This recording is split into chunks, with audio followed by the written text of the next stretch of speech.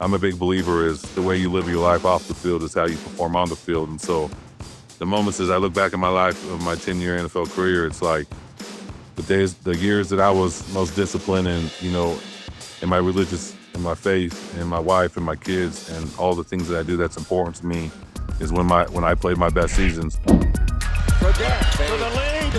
Yes! Fredette with the three. Bullseye! What a shot by Fredette!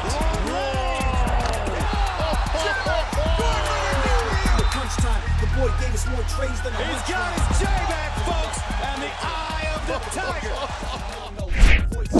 You're tuned in to Built from the Logo with Jimmer Fredette.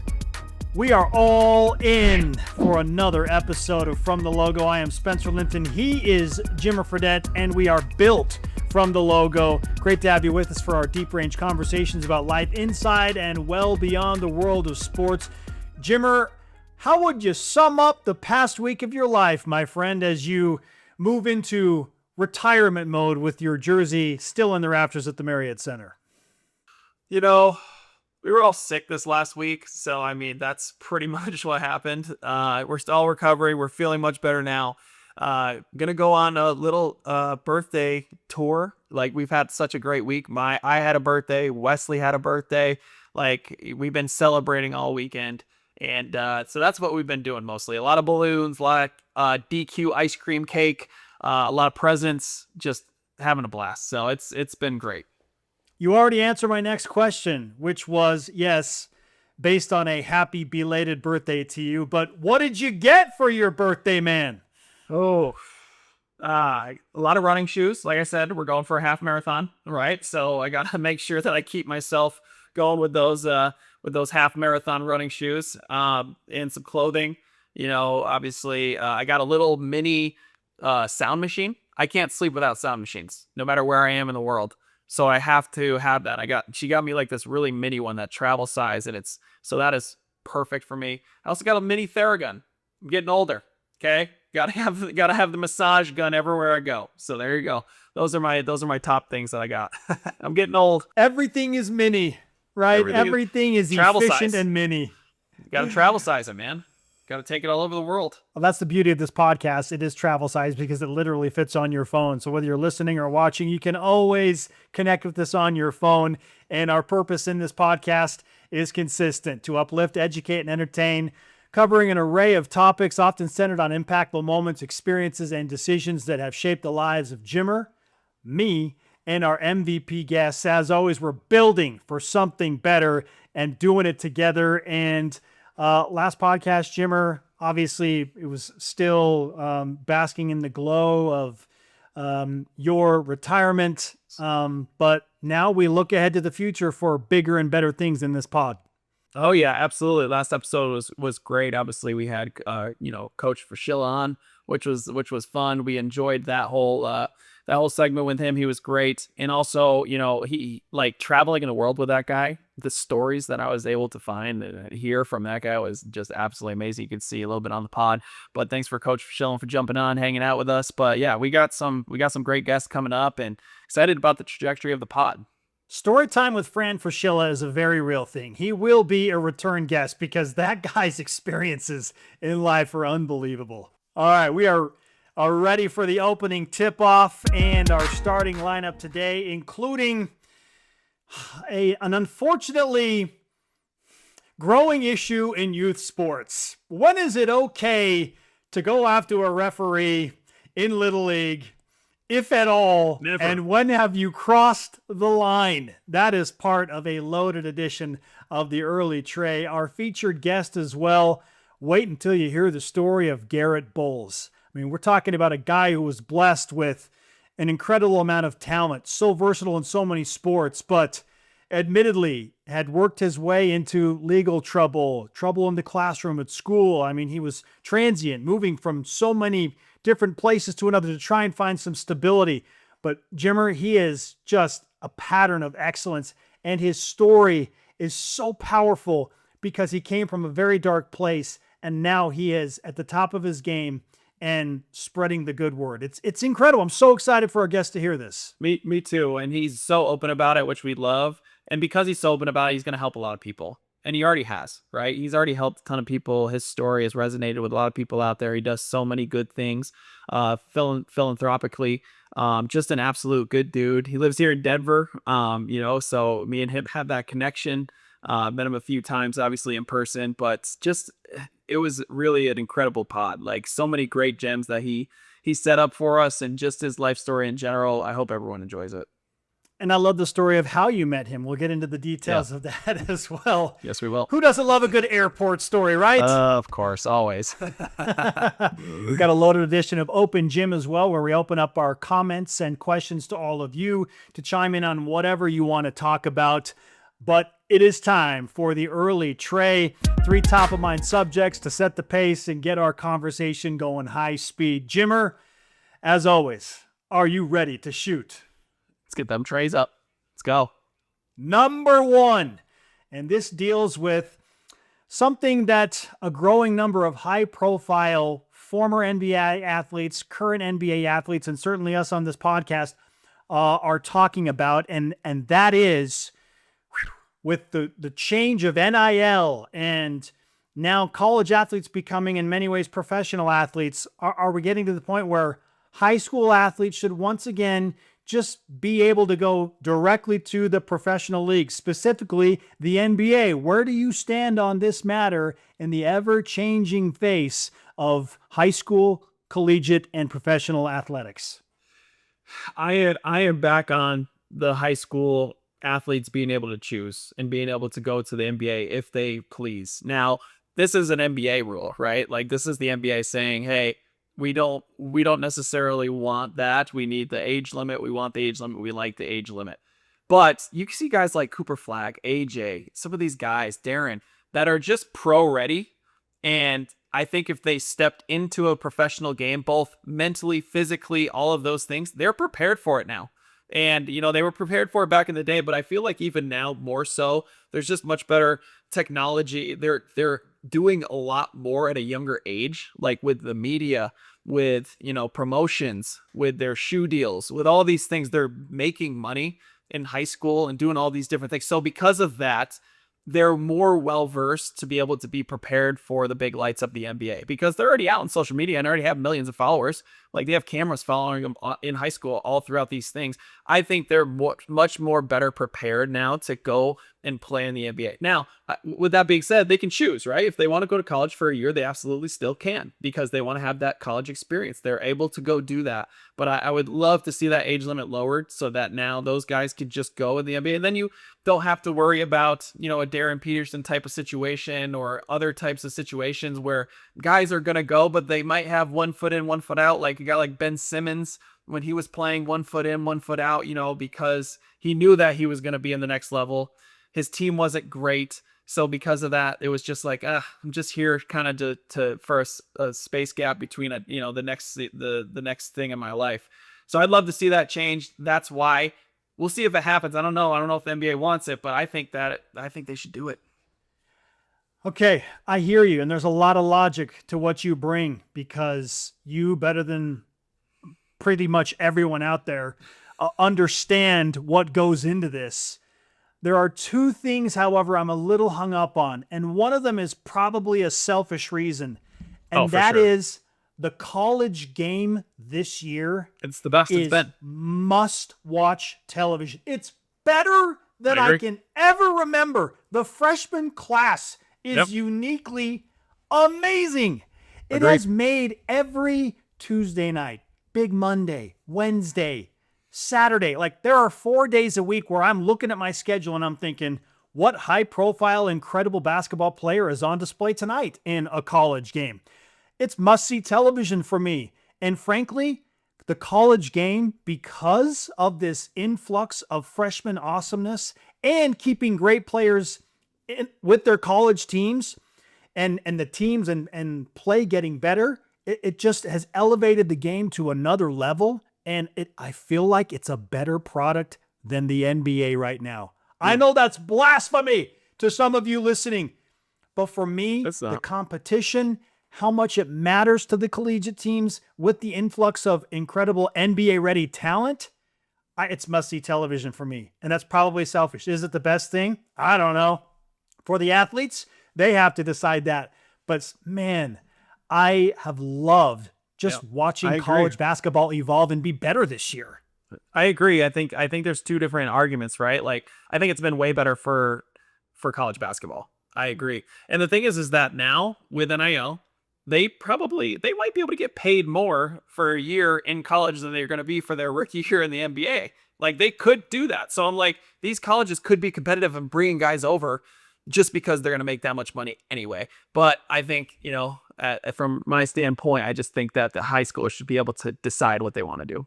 So you like to give them the choice. The second thing I will add is, are we catering to the loud minority here? Because you bring up Darren Peterson, totally fair point.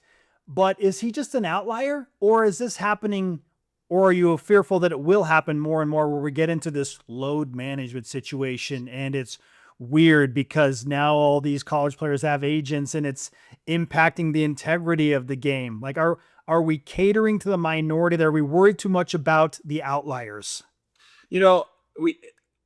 I think that it could happen more. I'm not sure if they will. I think there's a lot of guys that are competitive that are just going to want, the majority of guys are going to play, and they're going to play hard and they want to play. And that's why they're doing it. But still, like I said, at the same time, if they don't want to be there, they shouldn't have to be there. And if you're going to give the name, image, and likeness in college and let them make a bunch of money, like, what's the difference? You're either going to make money in college or you're going to make money in the NBA. What are you prepared for? What is your real passion? Some of these kids don't even, I don't really care what school I go to. I just want to go. I'm just going to go because I have to, and I'm going to make a bunch of money and I'll play and then I'm gone.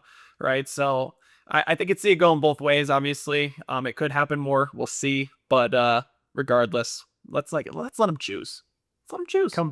Compelling conversation that I'm sure we will visit again. Number 2, as we go into our hurry up mode here, Jimmer, should the NBA draft be disbanded and the NBA just embraces full free agency? It's just straight up free agency with no draft. I know, it's an interesting thing, right? Because they're trying to stop people from tanking, right? That's the point of doing this. Anti-tank. Like, you have no draft balls, you have nothing. Like, you just are free agents. Now, the small market teams are going to be like, well, we're not going to get anybody to come, right? At the same time, you're going to have cap space regardless. There's a cap. So it's not like the Lakers could just buy everyone. It's not baseball. They can't do that. There's a hard cap. So you're going to have to position yourself to get the right guy. So I can see why people would do this.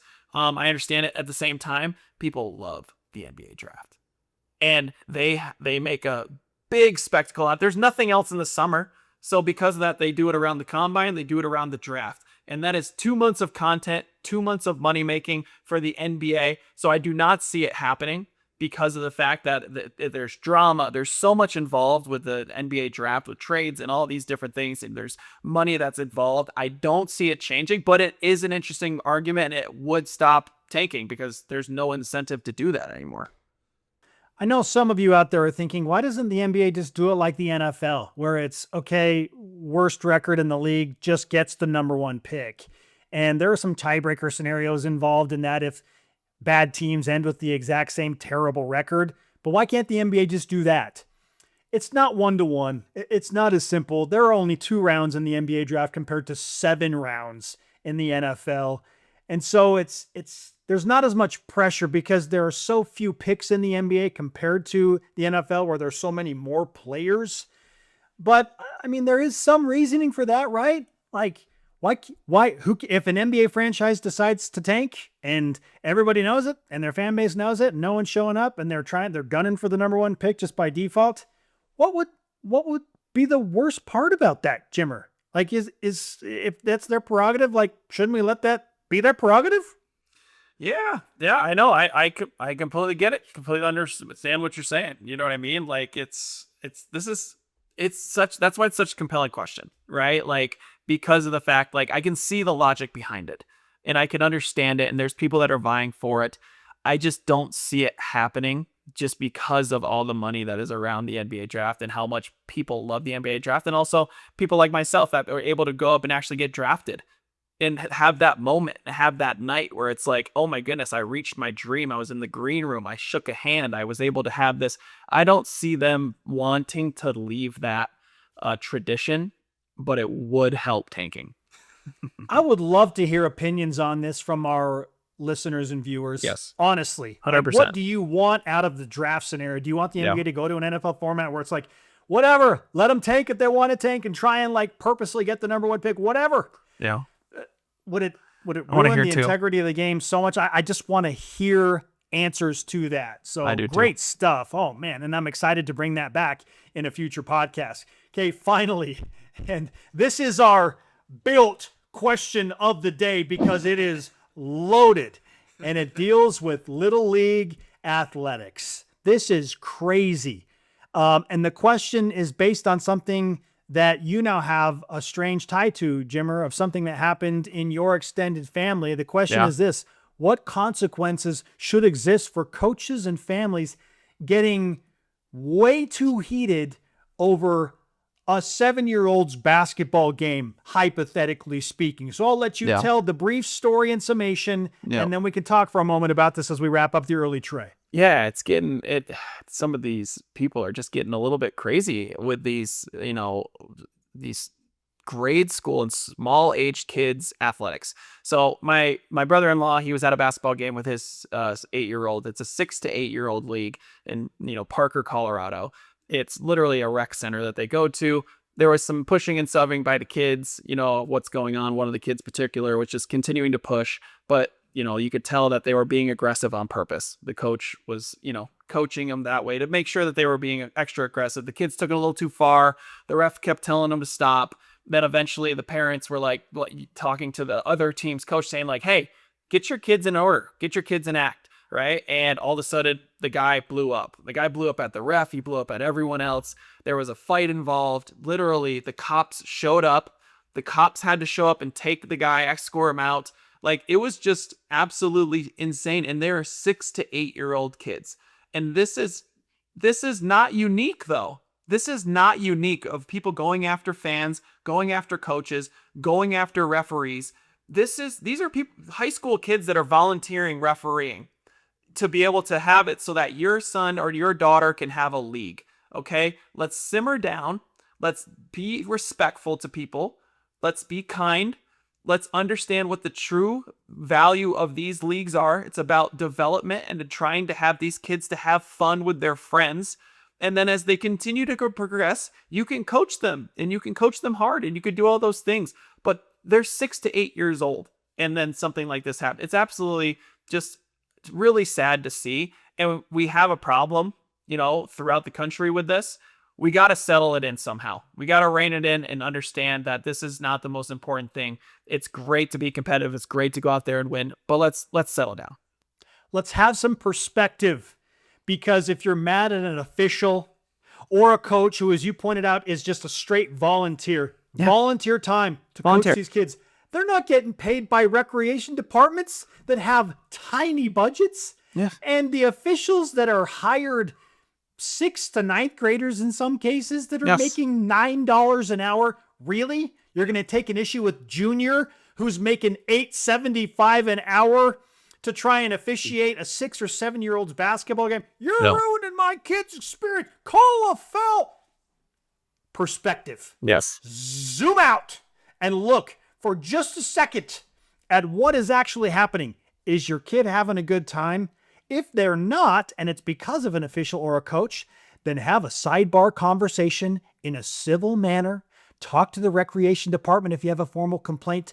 Handle your business in a civil way outside of this. Breathe, take notes, go talk to the appropriate officials, and end it that way. And then if nothing changes, darn it, your kid's going through a hard emotional experience. Obviously, if there's abuse in any way, pull them out. Don't have them go play. But I'd bank that that is not the case. And it's more often than not just your issue, understanding and wanting a professional level referee and coaching when you're paying $100 a year to watch your kid try and have some fun. Are they having fun? Gosh, great message you bring up, dude.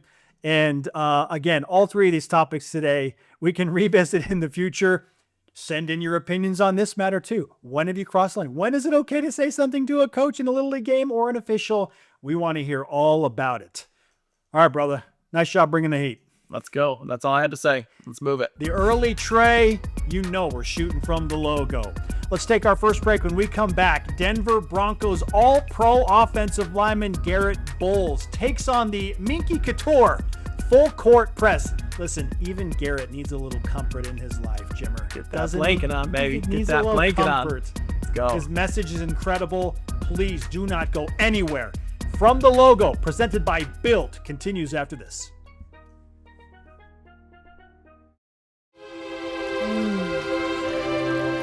Like when Grandma was baking cookies, and she'd let you lick the batter. It feels like a fluffy hug. Cookie dough. What the puff? This thing has 15 grams of protein. Grandma loved protein. So, this is your stop. Fluffy, chocolatey, and packed with protein. What the puff? Spylt Puff.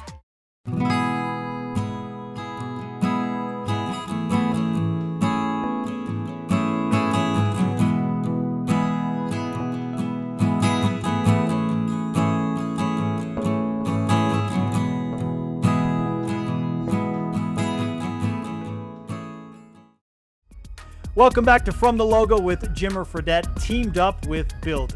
It is time for the Minky Couture full court press with our VIP guest, and you can send your VIP the best blanket ever, just like we do for our guests at softminkyblankets.com. As I said before, even tough guys need a little comfort in their lives. And our guest today is absolutely one of the NFL's tough guys. Standout for the Denver Broncos. He led the NFL in offensive tackles in a blocking grade in 2025.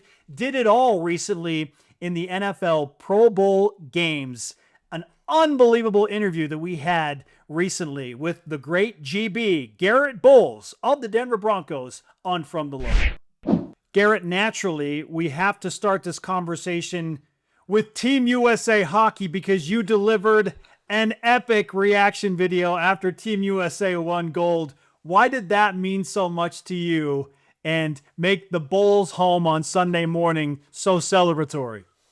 No, I think, I grew up playing hockey. So, growing up playing hockey and, being, a lot of my guys were on Junior USA and growing up, some of my teammates that I had. So, but, watching the movie Miracle was one of my favorite movies, and knowing that was 46 years to the date of us doing that. And then just watching us, beat our arch rival, the Canadians, which has just been dominating us so many years. And just seeing their face expressions, seeing those guys put in the work, obviously the women got it done, then the men got it done. But yeah, I was up at 6 a.m. I watched the whole thing from the first puck drop to the end, and I enjoyed it, man.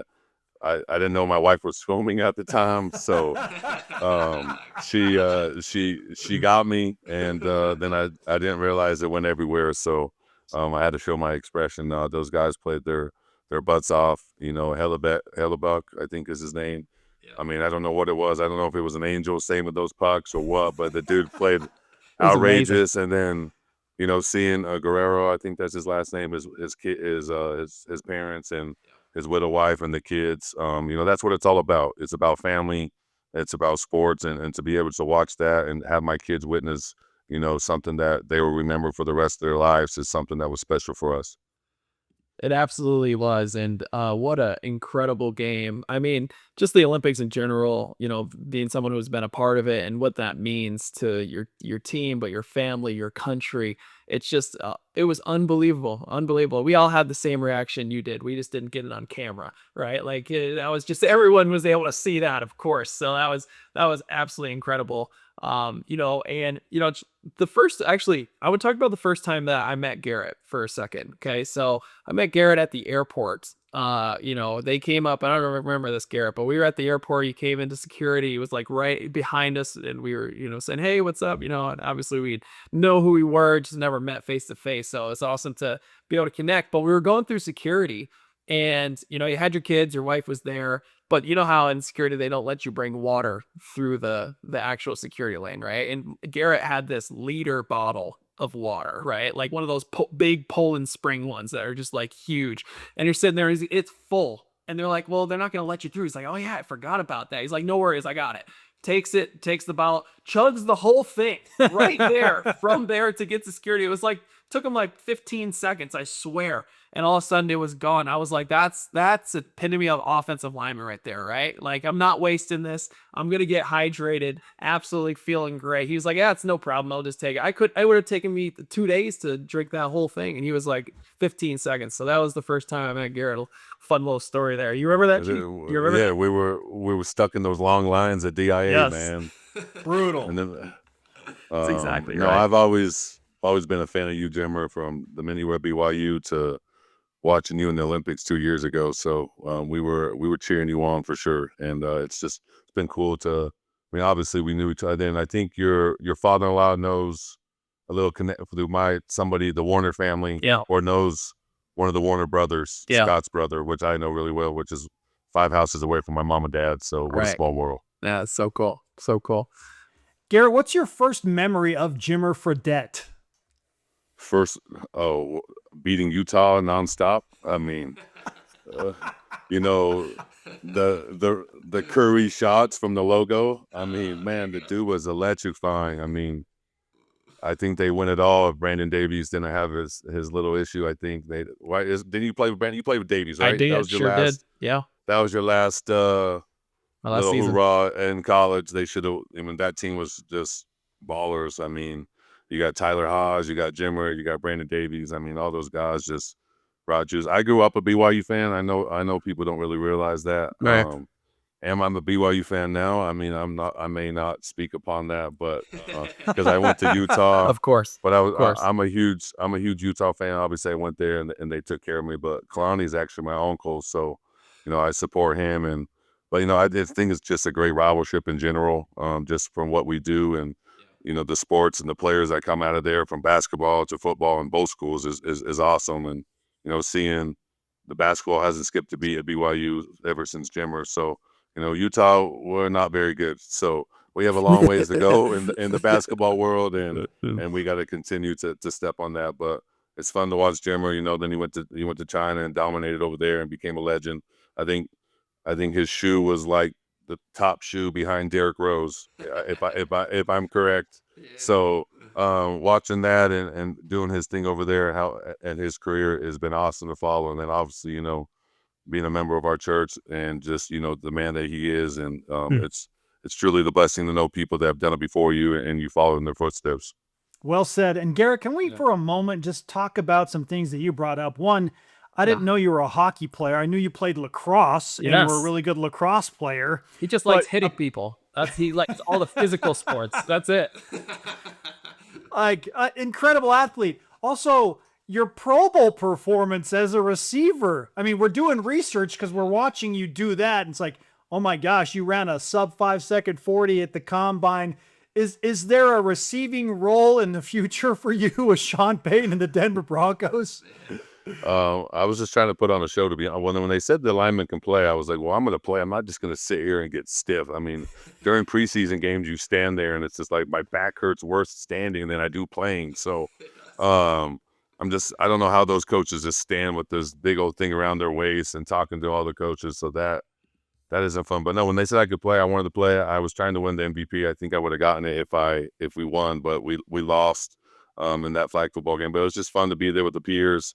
I obviously told Sean Payton, throw me another ball. I got a pass during the game when we played the Giants. Yeah, but right. It got deflected and I dove and hurt myself. So that's probably why they don't throw me the ball no more. So, but I put on a clinic so they can go back and watch my highlights. I was in the building yesterday and they said, we can't wait till we start OTAs so that we can, blast you in front of the whole team. Of course, that's going to happen. So that's what happens when you're old. You just put out new film for them just to roast you. So that's the part of the game.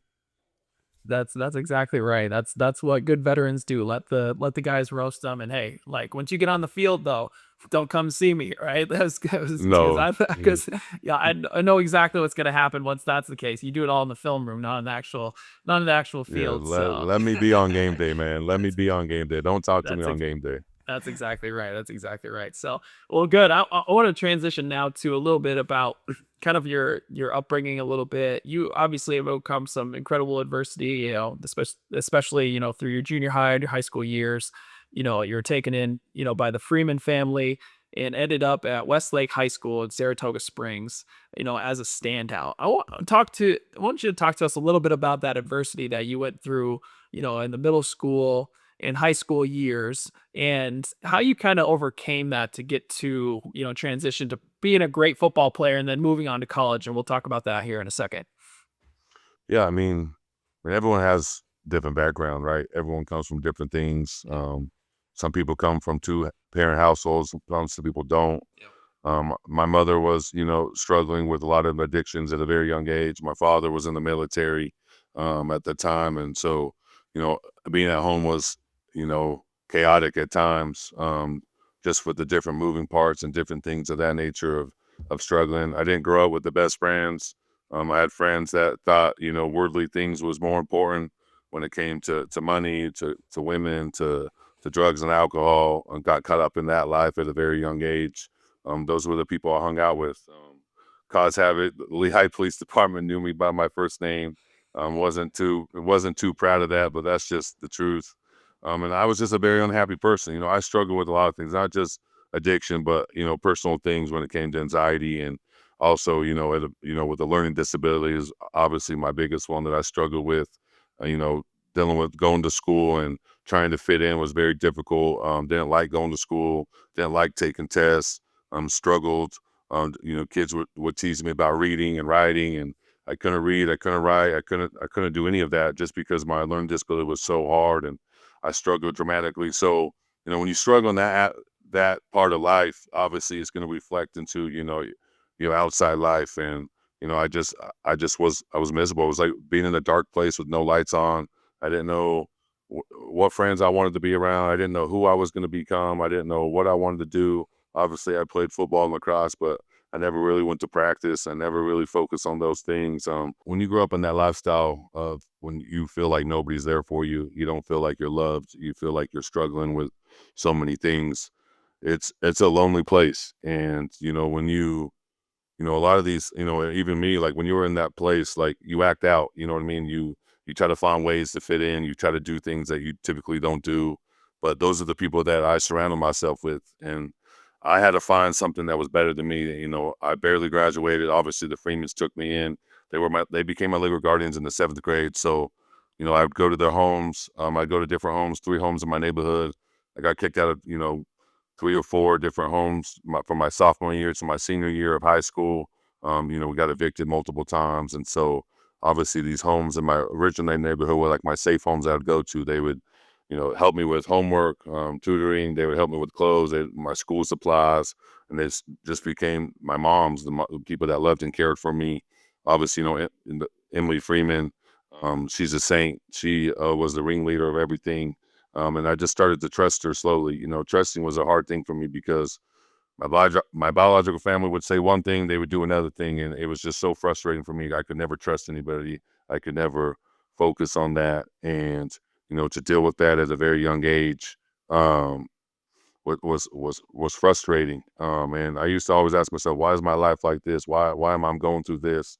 And it was all part of the plan now that I look back. But at the time when kids struggle, especially I work with a lot of kids, like kids don't really realize what they're going through, and they don't realize what important friends were. And when I graduated high school, I moved into the Freemans full time with them, and I had to get rid of my old friends. Had to turn my phone in at 10 o'clock, and obviously I had to go to church, which attend my faith, which was, at that time I didn't realize how important that was. And at that time, I had to realize what was important. And you have to find a higher power than yourself. You have to find somebody that pushes you and guides you and directs you, even though you don't really want to hear that at the time, because you think you can do it yourself. Like nobody wants to be, hear critics of themselves of what they can do. They want to figure it out themselves. But sometimes you have to have friends that push you and guide you and direct you, and tell you things that even though you don't want to hear at the time, you still want them to tell you that because they love you and care for you as a person. And,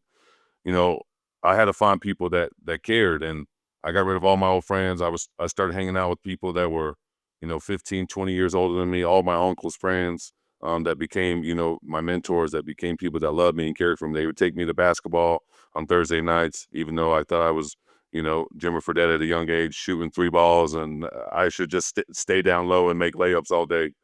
But no, just doing those things, going to movies and just really helping me, as I barely graduated high school because I missed so much school. I never liked going to school, never, just because it was so difficult. And I had a lot of people that helped me. So I graduated, and then I had to figure out my life the hard way. And, sometimes people have to go through hard things to realize what was important in their life. And that was my life. And, I have a story to tell to all the kids that struggle out there with learning disabilities, that you never know what you can do and overcome, but it's the power of the mind that you put yourself into.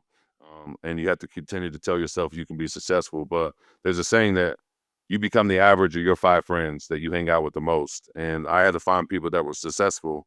And, if they were police officers, if they were lawyers, if they were doctors, if they were successful business people, those are the people I surround myself with. And then you start to become like them. You start to talk like them. You start to work like them. They start teaching you. They start guiding you and directing you. And when you feel that and you feel like you can do this, like all of a sudden your bad thoughts and your bad intentions start to go away. You start replacing those with positive things. And, it takes 90 days for you to change a bad habit. And so the first 30 days is difficult. The next 30 days, you start to get better.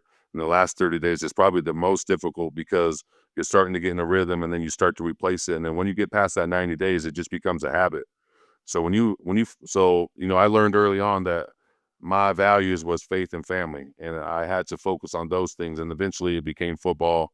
I didn't know that's what it was. I served my mission in Colorado Springs. I had no idea I was going to end up back here, an hour away from where I served my entire mission. So, but just, I look back and I'm like, how did I do that? And it was all because of people that loved and cared for me, and, showing love to a person that you never realize what they're going through can go a long way. Saying hi, talking to people, and being guided and directed. But the grace of God got me there. And I'm forever grateful for the Freeman family for teaching me and guiding me and directing me. And right around that time, serve my mission, came home, is when my life took off like a rocket. And that's where I'm at today. Garett, this is why you are such an incredible story. I mean, this is why we were so excited to talk with you. Yeah.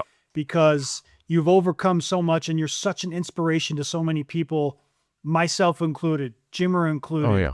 And I mean, cannot tell you how big of fans we are just because of the way that you carry yourself, because things obviously could have spiraled in a totally different direction, but incredible insight. And we appreciate you being vulnerable and opening up that way.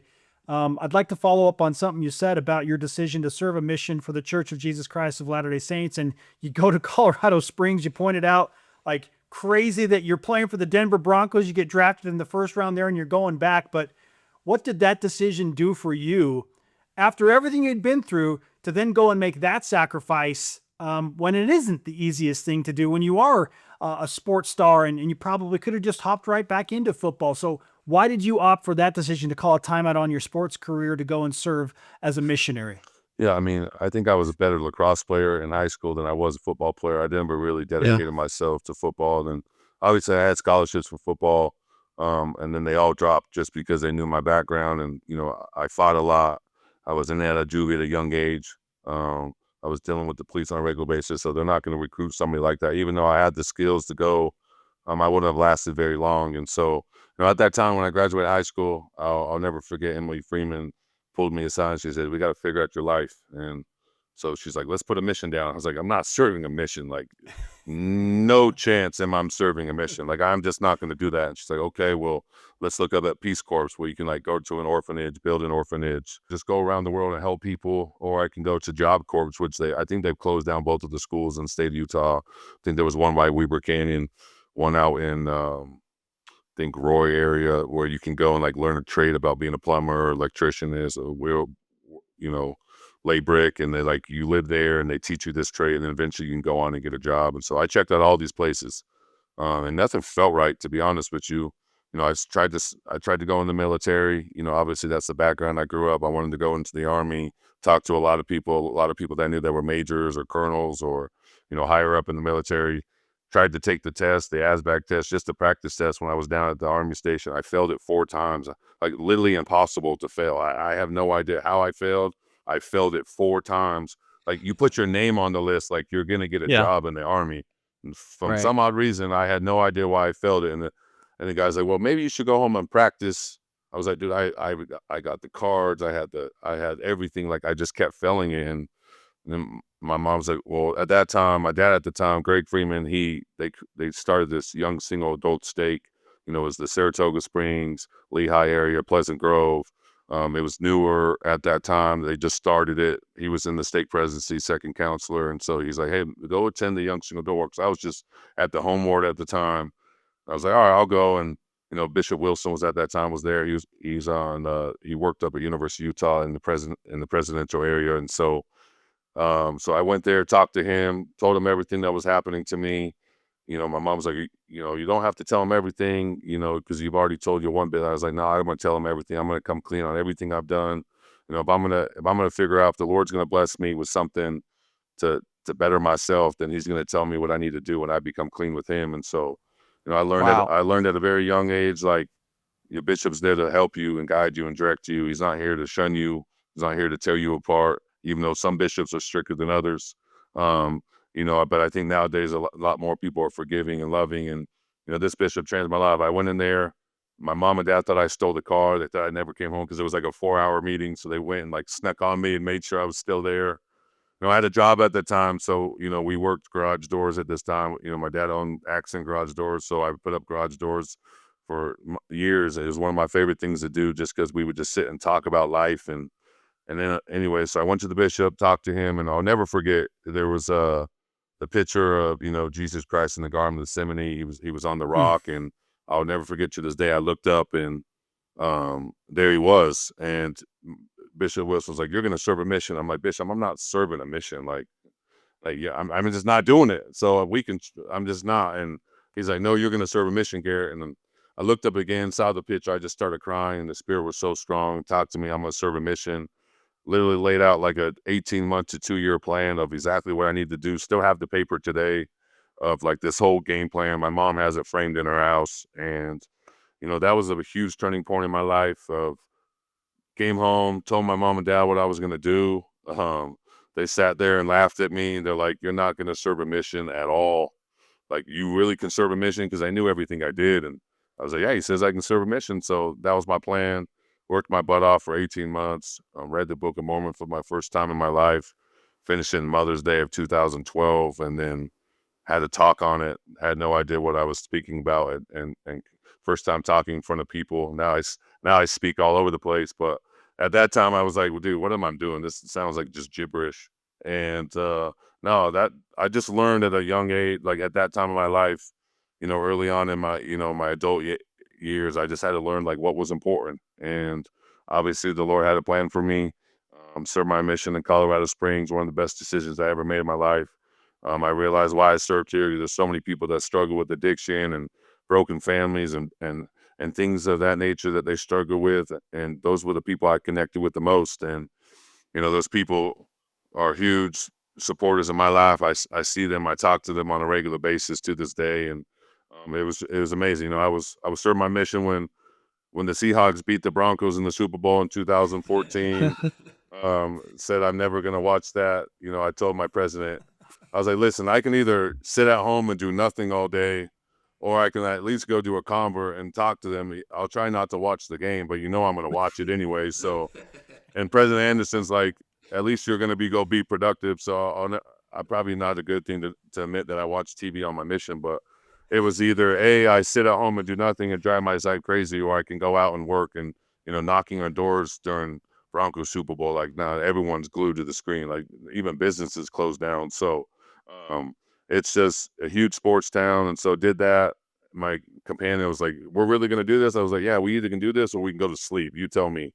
And so we went, converted, and it was an amazing time, learning how to serve, learning how to, to survive on little things. You only get $125 a month for food. So I spent that in 2 days at Walmart. And so like, obviously I had members that fed me. So, the Lord sent me to a mission, so I wasn't starving. Came home, wanted to play football, went to Snow College, and the rest was history. It's really cool to look back and be like, man, how did I do that? I just felt like people were watching me the whole time. Obviously, if you look at my life, like, should I be where I'm at right now? No, I shouldn't. I should be, in trouble with the law because that's what I was doing. And I had to learn and fight for what was important and realize that, faith, family, football were my three priorities. And when I focus on those things, my life continues to grow and I continue to get the blessings that me and my family need. Garett, after you played well at Snow College, you had options, notably BYU and Utah. You mentioned you grew up as a BYU fan, but Utah was playing some really good football, and you got to weigh those options. So ultimately, why was the decision for you Utah? And then how did that impact your career because you chose to go play for Utah and one of the great coaches in Kyle Whittingham? Well, that's a good question. Well, I committed to BYU early on. That was always my dream school that I've always wanted to go to. And then at the same time, it felt right. It felt right at the same time of that's where I needed to go. Obviously, I had some family that played there. So growing up, going to the games, seeing all that thing, it felt special at the time. Connected well with the coaching staff. And then eventually, I started getting other offers around the country. And, if you know me, I'm a big faith guy. So my mom's like, well, let's pray and make sure this is the right place for you need to go. Pray. It felt like I needed to open up my recruitment. Never really wanted to go to Utah, to be honest. I wanted to go outside the state. I truly did. But from some odd reason, Coach Harding, Coach Whittingham, Coach Scally, they were all just so the first ones to text me when recruiting opened. They were always there. So my mom's like, just keep them on the back burner. Let's just make sure. And so, I visited Michigan State. My mom, she spoke for Time Out for Women, where she went around the country, was speaking. So she went to Georgia for me, met with Coach Rick that was there. Went to Arizona State, went to Oregon. Me and my wife loved Arkansas with Coach Pittman. That's actually where we were going to go. And then about 4 hours before our wedding, in 2015, we were trying to figure out what we were going to do. 4 hours, all of a sudden, all these coaches changes started going. Even though they were all coming to our, we got married, and then reception. I had like 12 coaches there just trying to recruit my family. I mean, that's the worst thing. And my wife to this day was like, why is all these people in our pictures? I have no idea. And so, no, but Arkansas was Coach Belima and Coach Pittman, they split up. He went to Georgia. Belima stayed at Arkansas. And then all of a sudden we went on our honeymoon. And that's, BYU Utah was playing the Las Vegas Bowl. So we got to go down there right after we got home. And they were just consistent. Coach Harding came back down for spring ball. Was the first guy there at 7:30 in the morning when spring ball opened. And then all of a sudden I had one night, it was about 10:30 at night. We were all sitting in my living room and I went back to Lehigh and I was just like, I'm going to commit to Utah. And everyone's like, what? Yeah. Like, that's just what I'm going to do. And then, Coach Kalani was, took over the BYU job. So he called me probably 8 hours prior to that decision. He's like, nephew, you want to come here? So he's one of my uncles. I've known Kalani, my entire life, when I was 2 years old to growing up. He was always around my family, and I love him dearly. And so I had that deep connection with him. And he's like, nephew, just give me a chance. I was like, listen, uncle, like if you would have done this probably 12 hours or 2 weeks ago, it would have probably been a little bit different decision. But I knew Utah was the right place for me. Called up Coach Scally. 10:30, he was laying in bed. He said, I told him to wake up. And committed. And I said, hey, when I get back, it was like Saturday. I said, hey, when you go in, I want to do something cool. I want to, surprise the whole coaching staff because they were on me pretty hard. And so I was like, hey, let's do something. He's like, well, I don't really bring my phones in the team meeting, but call me when you're back down there. It was snow. So I picked the library room, reserved the room, got on my iPad, called FaceTime Coach Scally. And Coach Whittingham was like, why are you on your cell phone? Get off your cell phone. You can't be in team meeting. He's like, I got somebody for you. And I told him, I was like, hey, Coach Witt and the Utah coaching staff, I want to commit to University of Utah. And the whole place went crazy. Water was in the air. Popcorn was in the air. Oh, yeah. And so we recorded the whole thing. So every once in a while, me and my wife, we played that. But it was awesome. It was an awesome experience. One of the reasons why I went there is Coach Harding is considered arguably one of the best O-line coaches in college football. Every single person that has played, left tackle has been drafted or has played a long time in the NFL. So knowing that, he was the most consistent with me, honest with me. But what really got me was they didn't just recruit me, they recruited my mom and my wife. And, when you focus on those two people were the two most important girls in my life besides my two daughters now. So I got 4 important women in my life. But but just talking to my mom, getting to know my mom, calling my wife. To this day, he still calls my wife and still calls my mom and still texts them. And, Mother's Day, Christmas, birthdays, like he's just that type of a coach. And, obviously I'm sad about him going to Michigan and all that, but just like that time I had with him was just a special moment for me. And I'm beyond grateful for the life lessons I learned, for him to teach me how to become a father, a better husband, better football player. And to this day, scouts come up to me and was like, the way that you learn from Coach Whittingham, the mental toughness, the game, the physicality is what transfers to help me play in the NFL. And, my career is where it's at because of what I was learned at Utah. Just such an incredible story there. And the best recruiters always go after the mothers, right? They always go after the moms because that's where it's made. That is where it's made. And that's awesome to hear. Coach Rose, he has a great relationship with my mom and my parents. They still text to this day, and that's how you get them for sure. So that's awesome to hear. Quickly before we get into your NFL career, just a little bit, you played in the BYU-Utah rivalry, obviously. Did you ever lose to BYU? Were you in that winning streak where 1-0, baby? Okay, you're 1-0. You were 1-0 against it. Okay, I was about to say. So, because I know they had a long spurt where BYU. I think we went 9, 10 straight. Yeah, and then we lost one, and then they've owned us the last 3 years. So, and it's been it's how it works, with the rivalry. But what did that rivalry mean to you specifically playing in it? Because it is a big deal, and you hear about it all over the place, and the intensity is elevated when you play in that game. No, for sure. It's a great rivalry. I'm easily, in my opinion, I don't care what anyone says, it's top 5, if not top 8, top 10 rivalries out of all sports. I mean, the whole state shuts down. We got at practice that week, we got helicopters flying over us, Channel 2 News, Channel 4, CBS. I mean, it's wild. Multiple helicopters, multiple media's picking us both up. In the weight rooms, I can only imagine because at Utah, they're playing all the old clips of, BYU old football players talking trash to Utah players and pulling up all their different media stuff of what they're saying about us. And, it's all motivation. I'm assuming BYU does the same thing, but it was special. We played in Salt Lake City. Obviously, I think we stopped Taysom Hill on 4th and goal and to win the game. So it was a closer game, but it was fun. Got to go against Harvey Longy. We had a good little battle that game. I got the best of him, but we don't have to go there.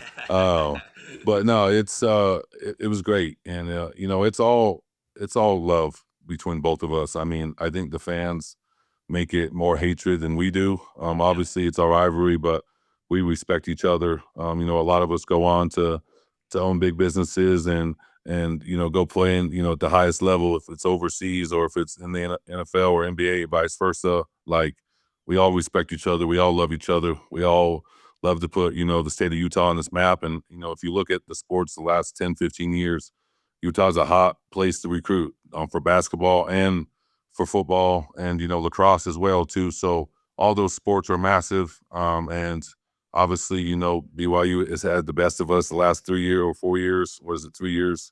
But it goes back and forth every year. Even this year, BYU, basketball, we almost got them one game and then they blew us out the next. I mean, that's just what it is. And, luckily Jimmer doesn't play no more because we never won. So we couldn't guard him from, 60 feet out from the arc. So, you had to pick him up from the opposite free throw line because if not, he's shooting and making it. But no, it's a healthy rivalry. It's the best. And it's an honor to be able to play in that game. And then when you get in the locker room, it's a little betting goes on between each other, all healthy. Hey, you owe me Chick-fil-A, or you're going to take me to a steak, or here's $100, here's $50. So it's all fun and games. We had a couple BYU guys that were with me in Denver that we got a smack talk a couple times. So they've got the best of me for sure. Garett Bolles is with us on From the Logo. We talked previously in this interview, Garett, about your decision to serve a mission for the Church of Jesus Christ of Latter-day Saints, and it took you to Colorado Springs. So take me back to the moment you're waiting to hear your name called in the NFL draft. And at number 20 in the first round, you hear the Denver Broncos. Like, what goes through your mind? You're like, I'm going back to Colorado. It was a crazy experience. I'm going to go back a little bit because when I served my mission, me and my sister jumped in our car. We were driving to Smith's, and she's like, hey, the first license plate you see is where you're going to go. I looked, I was like, dang it, Idaho. Like, that's like the worst, right? That's like the worst. And then I was like, well, I guess I'm going to go to Pocatello, which is everyone's worst dream, right? Just 4 hours away from Salt Lake City. Got to go Right there. there. My, It's right my there. parents are going to drive past me as they go to Boise. Yes, they ain't they going to are. see me for 2 years. But no, and then she's like, that's no, you funny. went to Colorado. Soon enough, I went to Colorado Springs. I remember, the Broncos, Peyton Manning, they lost in the Super Bowl against the Seahawks, got blown out, which isn't the best outcome. But just being there, seeing the intensity of being in Denver and the true passion of fans and the love that they have for the city. And, it's all Broncos here. The Nuggets could be in the finals. They're still talking Broncos football. If it's the Avs are in the Stanley Cup finals, still talking Broncos football. Even though we love those two sports teams, I don't know if they love us too much. And that's just reality. But no, when I was sitting in the green room, I was in Philadelphia on the Rocky Steps, which was a phenomenal moment for me and my family. And, I got a little anxious. I thought I was going to go higher than I did. There's a chance that I could have went to the Chargers. There's a chance I could have went to Cincinnati at 10. And then there was an also opportunity that I could have went to like the Colts at, I think 15. And then after that, it's either going to be Denver, New York, or Seattle. Obviously at 19 when Tampa Bay was on the clock, they chose OJ tight end from Alabama. And then all of a sudden, 1 camera, 2 camera, 3 camera, 4, like all these cameras just straight to my table. Obviously, I was looking around. There's some cameras to the left and the right of me, but they were just all in my face. And then I get this 720 area code called me. And I was just full of emotion, started crying, banging the table. Mr. Elway jumped on the phone, told me they're going to take me with the 20th pick. And it was just a special moment to be able to, I told him by the grace of God, I am where I am because that he got me here. And to be able to go back to a place that I called home for 2 years, a place that I love dearly, that gives me everything. I get to see all my converts. I get to go to the temple and see, all the amazing things, all the people that know me from my mission, and to see me grow. Obviously, some of my people get after me early on in my years because I wasn't the best football player at that time, but I just kept working at it. The Lord blessed me with amazing team, amazing people around me, great coaches. I love Denver. This is home for me, and to be able to be towards the end of my career, I'm at 10 years. I want to go as long as I can. I always tell people I got 5 to 6 more years in me. That's just always have been my goal. So it's gonna be a great time these next 5 to 6 years. I feel like I'm in my prime right now, and the Broncos are in our prime to win the Super Bowl window. So to be here and to see everything change from new ownership, go from such a losing season to now we're winning 10 plus games a year to an unbelievable head coach and Sean Payton and the love I have for him. And obviously he knows Taysom Hill and all that. So he knows our religion. He knows what we stand for. I got a great O-line coach. I got great teammates around me, great owners that own Walmart. We got the best owners on all of sports, to be honest. I mean, they have an open checkbook that just takes care of all of us. And, if when it comes to family and facility-wise, treatment-wise, they're building a unbelievable new facility that's going to open up this fall, which is going to be great to be a part of, and a new stadium too that's going to come in 2031. So just to see the change and to be one of the longest guys here is a blessing. And obviously the good Lord is on my side, and he sent me back home to continue my mission, continue to bless the people here, to continue to be strong in the church, to grow the church out here. And I'm being grateful that he chose me to be here. And 2031, that lines up right with your 5 to 6 year timeline for that new stadium. So you got to make sure that you're ready to go for that new stadium. Listen, in 2000. I've seen the that's renderings. my final it looks year. I tell people, unbelievable. Yeah, there you go. That's my final year. I'm going to play my final year in the new stadium. That's my goal. Go. So hey, that's that. Hey, if you say it, I believe it. Let's put it that way. You say it, like you get things done. I know that. So that's incredible stuff. So obviously, you have really evolved into one of the premier offensive linemen, Pro Bowler, in the league. But obviously that's took a steep learning curve, right? Like it's not easy to be able to get to that level, to where you've gotten to throughout your career. When do you feel like you took that leap, in your skill set, where all of a sudden you're like, the game's slowing down, I could see what's coming. You're playing against the top DNs in the league. You're understanding the film study, all the stuff that goes into it. What do you think you turned a corner and was like, this is not easy for me, but it's slowing down? No, for sure. Well, I would say there's different parts of the game that's a lot easier now than it was my rookie year. Trying to navigate through the NFL with a newborn, a wife that's in a new city, different distractions, being drafted first round, having that that hype in your way, and then all of a sudden doing okay for your rookie year, failing your second year, and then almost on my way out of the league in 2019. And then every year I went home during my bye week, and I would rake my parents' lawn. Power rake as it goes from summer into fall. Rake up all the dead grass. That was just something I loved to do to get my mind off of my frustrations and my anger, and that's what I did. I cleaned up my parents' yard everything just to get through the seasons. And then there's a time where a coach reached out to my agent, Paul Alexander. He coached in the NFL for 28 years.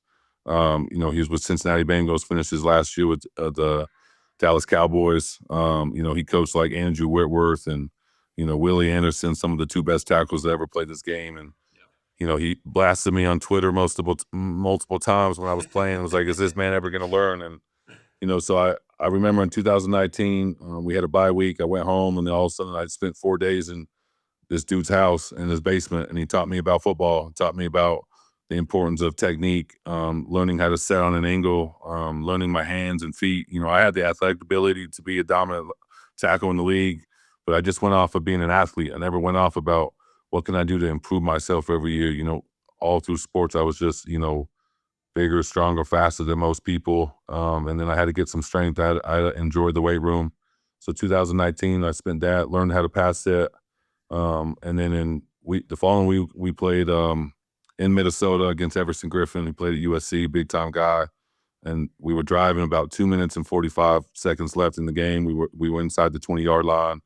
The crowd was going crazy. In US Bank Stadium. It's like an upside down pirate ship. It's crazy staying. They blow the horn. They do this whole, Viking thing, all this stuff. And it was just this environment. I remember sitting there and I was like, I'm in the NFL. Like, this is my job. This is what God called me to do. I can do this. And I ended up playing an unbelievable game. Went the rest of the year not giving up a single sack.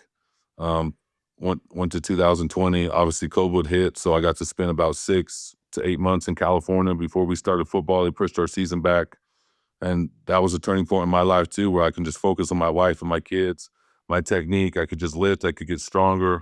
I realized what was important. Obviously, the Broncos didn't pick up my fifth-year option, so I was angry and frustrated. I was like, fine, well, I'm going to prove you all wrong. And went to 2020 without giving up a sack, went 26 games without giving up a sack. Became second team All-Pro, and the Lord blessed me to be able to make my priorities right. And I realized that faith, family, football, in that order, was the three most important things in my life. And my wife would take pass sets with me. We would go to the park, and I'd set on the 45-degree angle. We have this pole, like a PCC pipe that we use to set with. We sort of rest it on our shoulders like this, and we take pass sets to keep our shoulders square, to be able to use our center of gravity when we pass set. And at first that was really hard for me, and I ended up just taking about 50 to 100 pass sets a day, just working on my footwork. And it's the small and simple things as a tackle. You don't realize taking a consistent set every single time can shut down the best. And it doesn't matter who you go up against. You got to learn how to study. And I learned how to study, learn how to break down a pass rusher, learn the difference between a reactive rusher, a body rusher, a straight line rusher, different techniques, what to do if they spin, what happens if they go inside, different footworks. And I embraced it because it wasn't school. I struggled in school for so long, but this was like so different to me. And this nobody's ever taught me this. I would go through different O-line coaches through my first couple of years, different coaches, different OCs, everything was different. So I was just confused. And I learned this technique, and that's when I realized I belong in here. And obviously, 2021, I took a little dip. 2022, I broke my leg. Got a new coach in 2023. Sean Payne came in and had a great season, finished off strong, came back, last year and, this past year. And, we ended up winning 10 games with Bo, had a great year, and then finished and then ended up getting a contract extension, my third contract extension. And now I am where I am. Got all my stuff this year. We were 3 points away from winning the Super Bowl. So going to the Super Bowl and winning the Super Bowl is what I say. And it's remarkable. You never realize like everything happens for a reason. And you got to have the NFL is a place where if you don't have your priorities right, it can spit you out and chew you out quickly. And I'm a big believer is the way you live your life off the field is how you perform on the field. And so the moments as I look back in my life of my 10-year NFL career, it's like the years that I was most disciplined and, in my faith and my wife and my kids and all the things that I do that's important to me is when I played my best seasons. And the years that I struggled off the field is the seasons that I didn't perform too well. And it's just a testimony to, how powerful our church is and the testimony we hold and the love that we have for, Jesus and all the love that we have. And my mom always taught me, if you love God, you love people, life is going to be a better place for you. And I've embraced that, and it's turned out great for me. Somewhere my good friend Austin Colley is smiling because he coined the phrase magic happens when you're living right on and off the field, like things fall into place. And I know that the rivalry has had some fun with that, but what an incredible testimony from you to listen to that and see how that has helped you evolve as a professional. And you've talked about some of the hard lessons you've gone through, including being 3 points away from the Super Bowl because you had an incredible season. Bo Nix is playing out of his mind. You're the number 1 seed in the AFC. You have home field advantage through the playoffs. And then your quarterback leader goes down at just such a random, unfortunate time late in that game before the AFC Championship. So how did you navigate that tough experience, and how will you build and learn from that moving forward? Yeah, it's a good question. Obviously, that was the worst case scenario that you can ever be. I mean, I didn't even realize it happened. I remember him taking a knee. We're walking out the field, and I looked to the left, and he sort of does this, and I grab him. I'm like, "You good?" Because I thought he was like tired or not all there in the head. And so I went to grab him. He was totally fine. I think he was just in some pain. I remember going to the locker room. I'm showering, did my media stuff. We just won. We're going to the AFC champion game since 2015. And all of a sudden they're like, GB, get over here. I'm like, what? I saw Cortland over there. He was crying. I had to make sure he was okay. I walked to the doors. Bo's there. His whole family's there. And my heart just sunk to my feet. And I realized what happened. And, I'm hugging his mom. I'm hugging his dad, hugging his wife. They just had their baby yesterday. And so it was just a sick feeling to all of us. But Bo is that type of guy that's just so humbling. Obviously he's a Christian, so we share a lot of similar beliefs. And, being able to play for someone like that is just believe so much in God just is so empowering for all of us. And, when he's in the huddle but it was hard, but I knew we have the right guys in our building. I know we have playmakers. I knew that, Stiddy was going to come in and do whatever he can to help us win. Obviously the outcome didn't turn out the way we wanted to. Everyone wants to blame the snow and the crazy weather, but we're born to play in that. Being in Denver, it's the most bipolar state in there, as it can be 65 degrees and sunny, and 3 days it can be -40. So you never know, right? Right, Denver. It's the most craziest weather in the world. And then the snow's melted, and the kids go to school, and then the next day the kids can't go to school. So, so people want to make that excuse. That's an excuse. I'm not here to tell you the weather changed us. We just didn't perform the way we wanted to perform. We were up 7-0. Should we kick the field goal? Sure. But I thought if we went up 14-0, we win that game. So tough situation, but we got the right guys. We're going to get a couple playmakers in this draft and this free agency and not skip a beat. Everyone's under contract, all of our important players, and we're just going to hit the ground running when we can get on that field again. Man, it's inspirational, man. I mean, that's what you're going to do. I know that you guys have the makings of another great team. Obviously, I live here in Denver. We follow it very closely. And my father-in-law is a massive Broncos fan, lives and dies by everything, and everyone was heartbroken when that happened. But the makings of another great team coming up this next season, which we're excited about, and we know you guys will be right back there. It's just always a tough pill to swallow at first because you're right there, you're so close, and then something happens. But you guys will be right back there next year. Excited about it. But I have a couple of quick hitters that I'd love to go after for a second. We like to close our podcast with a couple of quick questions that should be fun. first one, I've always been curious about this because if a defensive end was coming at me, I'd be terrified. Okay, I'm just gonna let you know right now.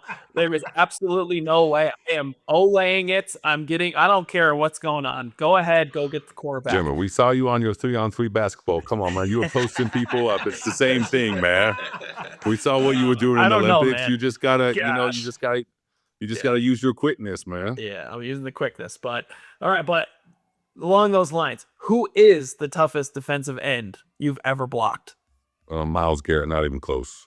And before that, Von Miller, and he's the GOAT. And I swear by that, live by that, eat by that. I will put Von Miller's prime up against anybody. Jeez. Yeah, that's great. And he's a Denver guy, so we watched him a lot. That guy, his bend ability is crazy. Like, you can get around, like, it's unbelievable. Bro, I watched him in 2018. We played in Seattle. Russ was still in the Seahawks, and I remember it was like, 3rd and 8, and Russ is really good on 3rd down and long because his moon ball. And, Vaughn came down the edge, dipped and ripped, went under the right tackle's legs, went up and grabbed Russ behind and he yanked him down. And I looked at, I said, did I just witness that? He didn't even slow speed. He just dipped right underneath the dude's legs and sacked. Like, it was the most craziest thing I've ever seen in my life. And going against the practice that for 4 years, just like he taught me what it means to be, I looked at my eyes like, okay, is this what all these guys think? Is like they're all chasing Von Miller. They all want to be a Von Miller. And, watching that and practicing against that every single day for 4 years has made me the tackle I am today, too. All right, next quick hitter in the 2-minute drill, if you will. Garrett, what's better, catching passes in the Pro Bowl or a pancake block on a TD run? Ooh, that's a good one. It's a pretty good one right there. I don't know. Catching touchdowns it's pretty sweet. I'm not gonna lie to you. Catching touchdowns is pretty sweet. Man, it is fun, man. When you catch a touchdown pass, it's a different feeling, man. I mean, I don't know. I was having fun out there. I'm not gonna lie to you. I think I could. I don't know. Maybe I'll make it to the 2028 Olympics. I don't know. Let's go. Let's go. Team USA. Flag football, Team USA. We'll put in the plug right now because that's like 3-on-3 basketball, man. That's like my realm, right? You got the flag football, we got 3x3. They're very similar in speed and everything. Just snap the ball and go out for a pass. What other country's going to try to guard me going down the middle? Nobody. I'll tell you that right now. Ain't nobody. Very true. Very true. I don't know who the managing director is for the flag football for USA this year, but remember, Garrett down the middle, no one's getting them. Okay? Clip it, send it to him. No one's stopping them. That's great. All right. Just let Joe Burrow give me a little out route to the back right pylon. I'm catching it. Catching it big. All right, next one here. We got a couple more for you. Favorite stadium to play in the NFL other than, of course, Denver? Oh, Allegiant Stadium. Love it. Cool. The atmosphere, the black hole, just the whole. I mean, it's a rivalry with the Raiders, and it's always a great game, and it's a great place to play. I mean, Vegas is one of those cities that's electrifying. So to be able to be down there and to feel that energy, I mean, obviously the whole stadium's orange, so it's really loud for us. So it's great to play there and to see our fans travel there. Garett Bolles bringing it. Okay, last question here. And I know you've had a lot of them, but what's your favorite NFL moment to this point of your career? Favorite NFL moment? Obviously, one of the greatest moments was making the playoffs for the first time in my career. Beating the Chiefs and ended up going to Buffalo in the first round. Scored the first touchdown with Troy Franklin, and then I don't know what happened to the rest of us, but we don't got to talk about the ending. But it was a surreal moment, man. Got to take the flag and plant it in the ground. So I think that's my tradition: is we make the playoffs, I'm gonna take the flag and plant it. I did that 2 years in a row. So. But no, it was a great feeling to be able to get the Mile High Magic back in the stadium, and then this whole past season was just electrifying every single game. I think just because of our potential and our fans believing in us. So nothing's better than winning a playoff game or in Mile High, and then obviously this playoffs was a magic run too. Wish we could have finished it, but probably from about the last game of the year and to these playoffs were amazing. Yeah. Garett, is incredible awesome. stuff, man. Just incredible. Yeah. And can't tell you how much we've appreciated this conversation with you. And I'm serious when I say this.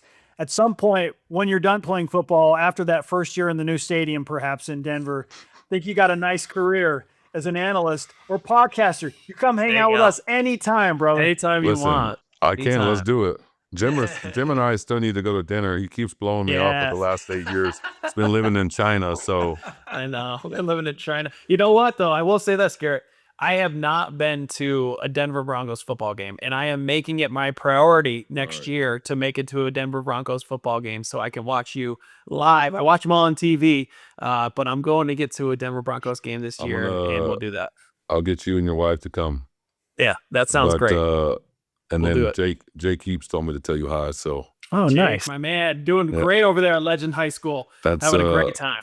That's my brother, man. He works with me too, so it's I get to be with him twice a week as we break down defenses and see from a quarterback perspective. So It's awesome. that's my dog. It's a good guy. Yeah, well, for So, sure. let's We'll get get we're gonna have to hang out one of these days. All three of us, man. That'll be Let's sweet. go. Let's go. Jimmer, Sounds stop good. big time in Garett, okay? I know. That's my fault, man. That's all. I can't even take. I take all the blame. Take all the Sorry, blame. it's because that trophy right behind his right shoulder. That's that's his. We don't get that privilege. You know what I mean? We don't get to have trophies like that. You know. Gotta You show know, I it know off while two I people can, in my man. life that were the biggest recruits I think BYU ever got. Jake Keeps, which a lot of BYU fans might not think so. I think so. They did him was. dirty, but we don't got to talk about it. And Jimmer Fredette. Those two, Let's go. electrifying. Let's Great go. stuff. Well, I Garett, appreciate it. Awesome to talk to you, brother. Yeah. Keep up the great work. You're blessing so many lives, and we're so grateful that we got to talk to you today. Appreciate you all, man. Love you guys. You guys have a good one. Thanks, Garett. All right, let's get a timeout. When we return, feeling good vibes, obviously. Jimmer and I open up the mailbag of listener comments and questions in another loaded edition of Open Gym. What gems do you have for us today? One of them deals with a very unique autograph that Jimmer signed once upon a time. You don't want to miss the story. We are built from the logo. The show rolls on after this.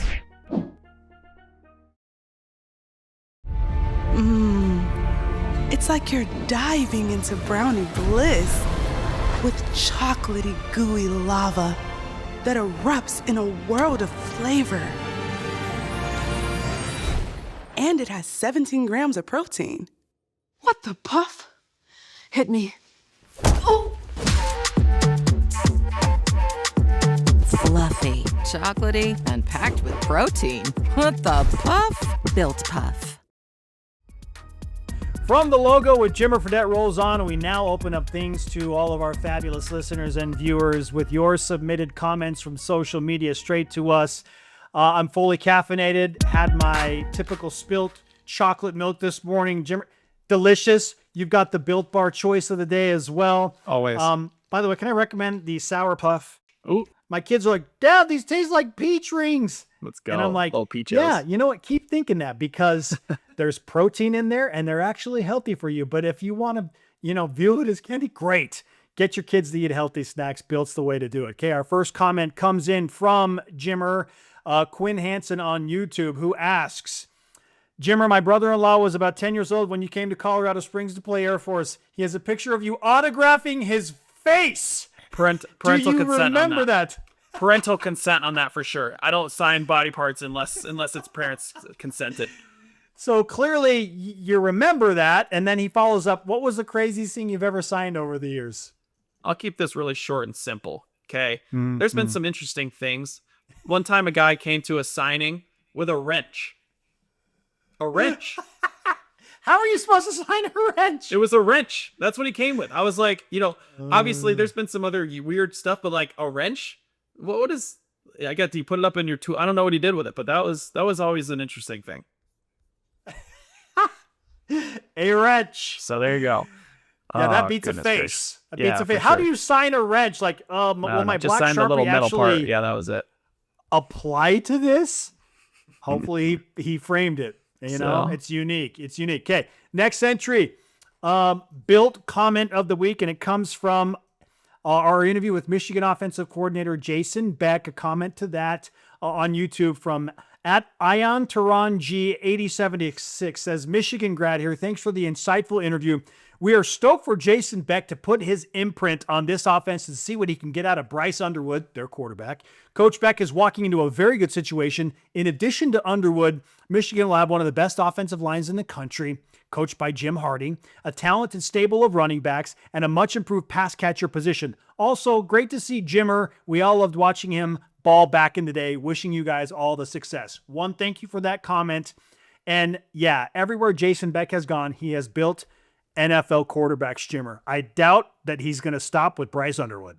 He's not. Bryce is so talented. I'm sure, Jason is just like, this is amazing. I can't wait to get in there and actually work with Bryce and be able to see what he can do. Obviously, athletically, he can throw the ball. He's just, he's top recruit. I mean, you guys is an incredible athlete. So he's very excited, and he's not going to disappoint. I know that for a fact. He will do an amazing job this year with Michigan. So cool. All right, we keep moving on. This is one from Instagram from MJ at MJ Kisser. Said he got to meet AJ Debanza a couple days ago. Dream come true. Haha.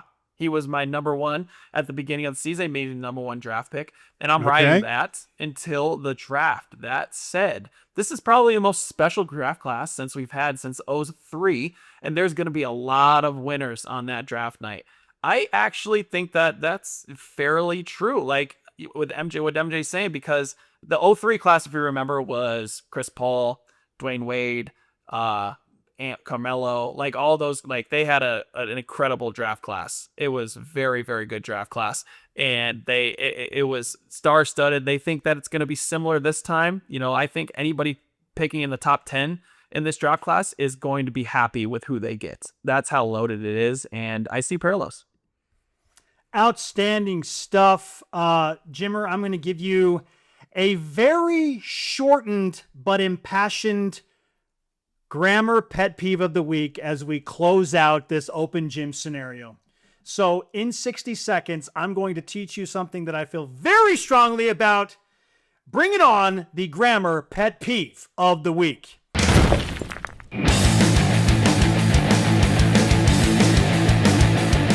And it centers on then versus than, okay? Then with an E versus than with an A. Very simply, then with an E brings in sequential order. For example, I talked to Jimmer in the Early Trey. Then we talked to Garett Bolles. Then with an E, we did open gym. Okay? Now the than with an A includes comparing things. Okay? Not sequential. Than with an A. We discussed last week's grammar pet peeve of the week, and this week's was better than the last one. Oh, gosh. I don't know if it was better.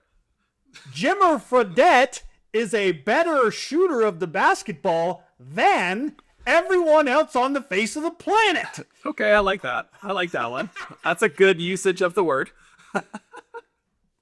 Are you on board, my friend? I am on board. I am on board. I've gotten those mixed up myself. I'm not going to lie. I've definitely gotten those mixed up myself. But, rather than, complaining about it, just get it right, Jimmer. Yes.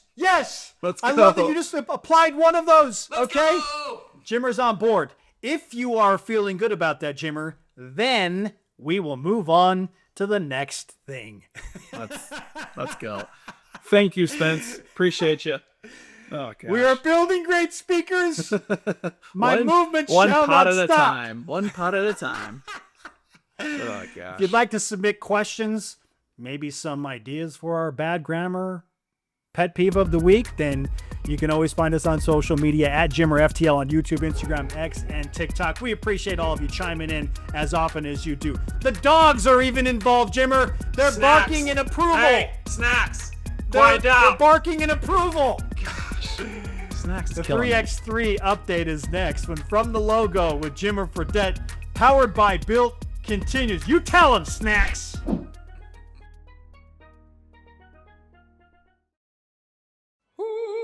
The saying goes, you shouldn't cry over spilled milk. But what if the milk you spill is spilt milk? Your favorite treat ruined by your clumsiness. And now those 20 delicious grams of day-powering protein and that perfect boost of caffeine are everywhere but where they should be. Your mouth. So cry over your Spylt, turn on your sad sprinklers, then stand tall and buy a fresh Spylt at a retailer near you. Spylt, milk worth crying over.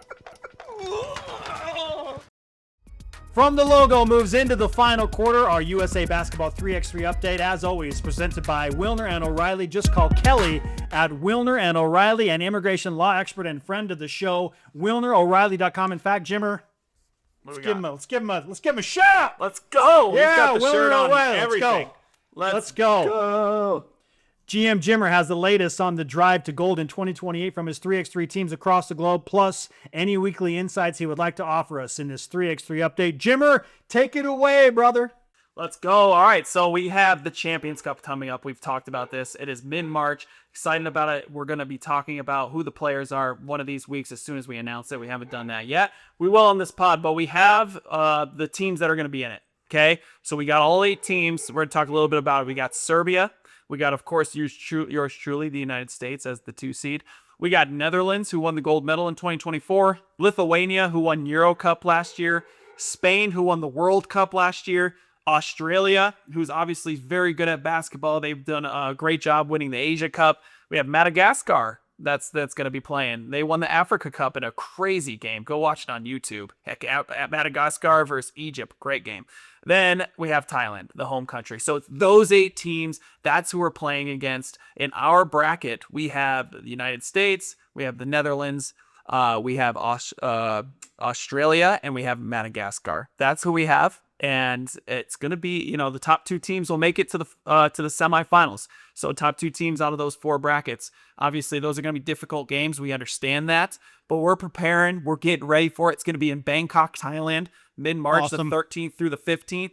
It's going to be fire. So we'll keep you posted on it. I'll give live feed maybe from Thailand from this, not from the podcast, but from an Instagram live from the podcast, whatever it is. We're going to have a great time over there in Bangkok, Thailand. And that's going to be 100 degrees and 100% humidity. So it should be a fun time. At some point, I'm going to coax my way into traveling to one of these places with you for 3x3 basketball. Oh, will 100%. You will be there with me at some point. Whether you want me to or not. Yeah, I'm going to show up here and be like, what are you doing here? Just don't do anything grammar related. Fair. Deal. Okay. Deal. If I'm Thank you. there, no grammar conversations. Thank Great you. stuff. No one does 3x3 basketball better than the great Jimmer Fredette. Let's go. Great stuff, man. Appreciate you as always. Another fantastic pod. We are rocking and rolling and excited about the future. Final thought from you. Appreciate you all. What a great pod today. Garrett, thanks so much, man. What an unbelievable pod. So thanks for being a part of it. Thanks for sharing your light. We appreciate you, and we'll see you next week. Reminder, we are built for more. Continue to shoot your shot in life. Talk to you next week.